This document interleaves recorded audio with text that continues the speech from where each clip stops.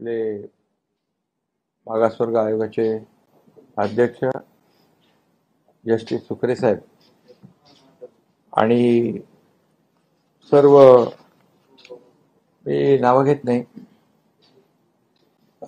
आयोगाचे सर्व सदस्य आणि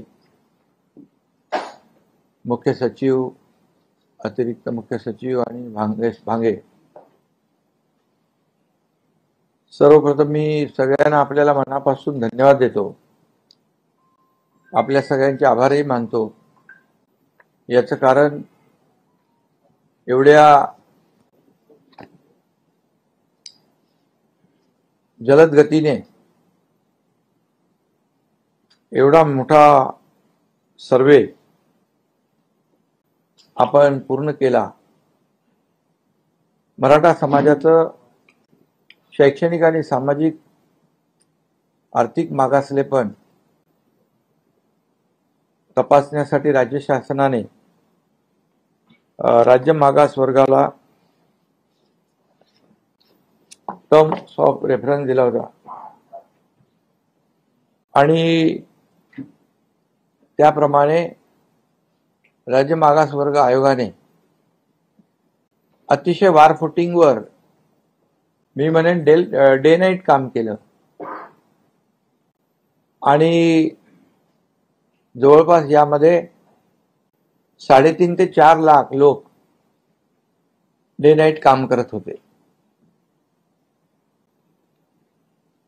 आणि आपल्याला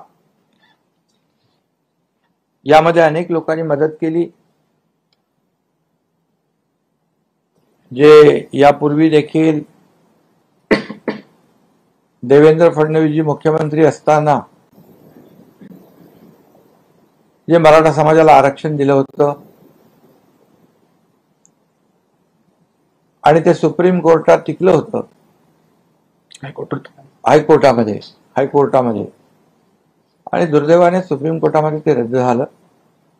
पण हायकोर्टामध्ये जे आणि मराठा समाजाला आरक्षण देण्यासंदर्भात ज्यांनी त्यावेळेस सहकार्य केलं होतं, या सगळ्यांची मदत आपल्याला या कामामध्ये मिळाली.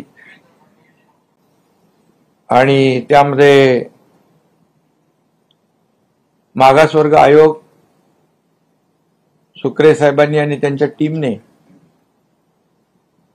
ज्या गोष्टींची, ज्या यंत्रणांची आवश्यकता होती, त्या सर्व यंत्रणा यामध्ये कामी आणल्या,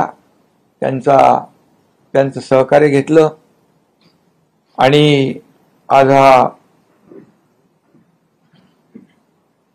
अतिशय महत्वाचा असा अहवाल या ठिकाणी शासनाला त्यांनी सुपूर्द केलेला आहे. सदर अहवाल मंत्रिमंडळाच्या बैठकीमध्ये ठेवला जाईल आणि त्यामध्ये सादर करून शासन निर्णय घेईल. आणि त्यासाठी विशेष अधिवेशन 20 फेब्रुवारीला आपण जाहीर केलेला आहे. त्या अधिवेशनामध्ये या बाबतीमध्ये चर्चा होईल. या कामामध्ये जिल्हाधिकारी, विभागीय आयुक्त, मनपा आयुक्त आणि त्यांची सगळी टीम हे काम करत होती आणि जवळपास 2.25 कोटींपेक्षा जास्त कुटुंबांचं सर्वेक्षण यामध्ये करण्यात आलं. त्यामुळे मी पुन्हा एकदा सांगतो की आदरणीय सुकरे साहेब आणि त्यांच्या टीमचं मनापासून मी अभिनंदन करतो. ज्या पद्धतीने काम झालेलं आहे त्यामुळे आम्हाला शासनाला विश्वास आहे की मराठा समाजाला शैक्षणिक आणि सामाजिक मागासलेपणावर टिकणारं, कायद्याच्या चौकटीत बसणारं आरक्षण ओबीसीला कोणताही धक्का न लावता, इतर समाजावर कुठलाही अन्याय न करता या ठिकाणी मराठा समाजाला देय असलेलं टिकणारं आणि कायद्याच्या चौकटीत बसणारं आरक्षण देता येईल, मिळेल असा विश्वास आम्हाला वाटतो. त्यामुळे मी पुन्हा एकदा आपल्या सगळ्यांना मनापासून, आज जास्त बोलणं या ठिकाणी उचित नाही, आपण आम्हाला अहवाल दिलेला आहे, सुपूर्द केला आहे, यासाठी खूप आपण सगळ्यांनी मेहनत परिश्रम घेतलेले आहेत आणि त्यामुळे मी पुन्हा एकदा शासनाच्या वतीने मनापासून आपल्याला धन्यवाद देतो.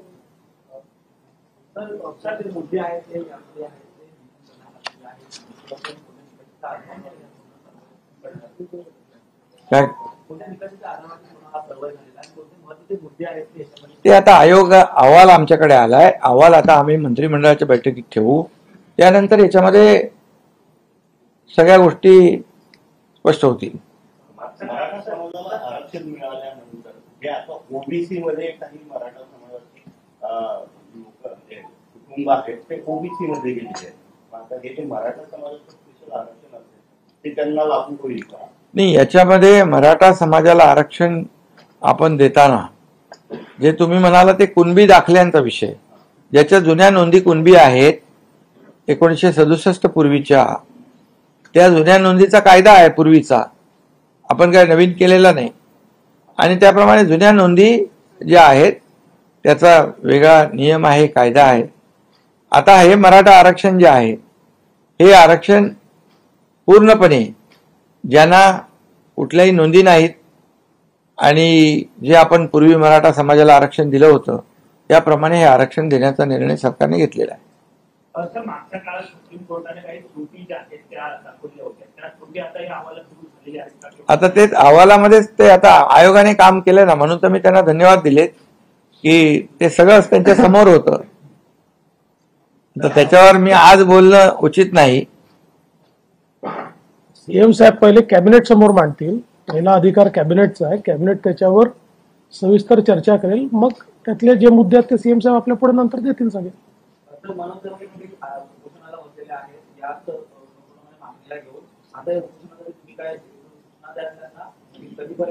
नाही, खरं म्हणजे मी एवढंच सांगू इच्छितो की आता 20 तारखेला विशेष अधिवेशन आहे, त्याच्या अगोदर कॅबिनेटमध्ये चर्चा होईल. सरकार एकदम सकारात्मकपणे काम करते, सरकारची भूमिका स्पष्ट आहे आणि सरकारची भूमिका पहिल्या दिवसापासून अतिशय स्पष्ट आहे की मराठा समाजाला टिकणारं कायद्याच्या चौकटीत बसणारं आरक्षण मिळालं पाहिजे, ओबीसी समाजाला, इतर समाजाला धक्का न लागता ते मिळालं पाहिजे, ही भूमिका आहे. आणि त्याप्रमाणे ज्या जुन्या कुणबी नोंदी तपासण्याचं काम देखील आंदोलकांच्या मागणीनुसार केलं. जस्टिस शिंदे कमिटी अपॉइंट केली आणि त्याप्रमाणे कुणबी नोंदी देखील सापडल्या, त्यांना प्रमाणपत्रही त्या ठिकाणी देण्याचं काम सुरू केलं होतं. आणि त्यामुळे एक सकारात्मक सरकार असताना आंदोलनाची भूमिका घेणं मला वाटतं उचित नाही आणि त्यामुळे त्यांनी आंदोलन देखील मागं घेतलं पाहिजे. आज जेव्हा काही त्याच्यामध्ये अडथळे होते, काही बाबी अस्पष्ट होत्या अगोदरच्या GR मध्ये, त्या देखील आम्ही सुटसुटीत सुलभपणे दाखले कसे मिळतील ज्यांच्या कुणबी नोंदी जुन्या आहेत त्यांना.